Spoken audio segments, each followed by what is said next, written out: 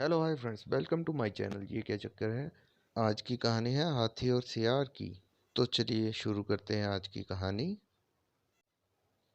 चंदनवन एक विशालकाय जंगल था। उस जंगल में एक मोती नाम का हाथी रहता था। मोती हाथी का शरीर काफी बड़ा था। एक बार किसी दूसरे जंगल से चंदनवन में एक सियार आया।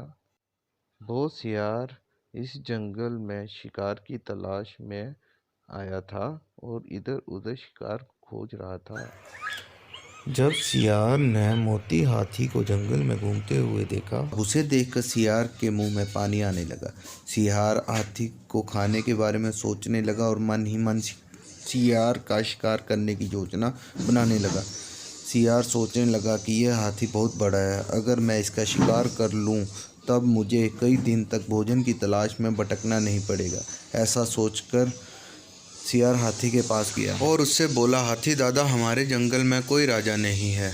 हमारे जंगल में सभी जानवर चाहते हैं कि कोई बड़ा और समझदार जानवर हमारे जंगल का राजा बने। आप बड़े और समझदार दोनों हैं, क्या आप हमारे जंगल का राजा बनना पसंद करोगे? सियार की बात सुनकर हाथी खुश हो गया। उसने राजा बनने के लिए हाँ बोल दिया।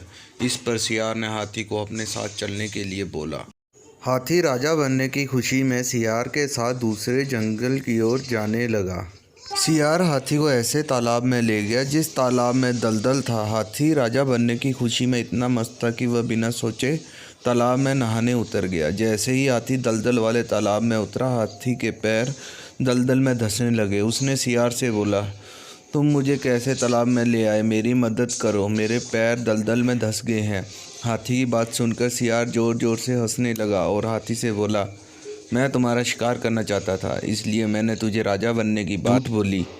अब तुम दलदल में फंस कर मर जाओगे और मैं तुमको अपना भोजन बनाऊंगा। सियार की बात सुनकर हाथी की आंखों में आंसू आने लगे। उसने बाहर निकलने की बहुत कोशिश की, बहुत बार सियार से बाहर निकलने की विनती की, लेकिन सियार ने उसकी कोई मदद नहीं की और हाथी कुछ देर के प्रयत्न के बाद मर गया। हाथी के मरने के बाद हाथी को खाने के लालच में उसकी पीठ पर चढ़ गया। हाथी को खाने के लालच में सियार यह भूल गया कि वह भी हाथी के साथ दलदल में नीचे जाता जा रहा है और अंत में सियार भी हाथी के साथ धीरे धीरे दलदल में धंसकर मर गया। इस कहानी से हमें यह शिक्षा मिलती है कि जो दूसरों के लिए बुरा करता है उसके साथ भी बुरा होता है। इसलिए हमें जीवन में कभी भी किसी के साथ बुरा नहीं करना चाहिए। अगर हम किसी के लिए बुरा करते हैं तब हमें भी अपने साथ ऐसा होने के लिए तैयार रहना चाहिए, क्योंकि बुरे कर्म का फल हमेशा बुरा होता है। इसलिए किसी के साथ कभी बुरा ना करो।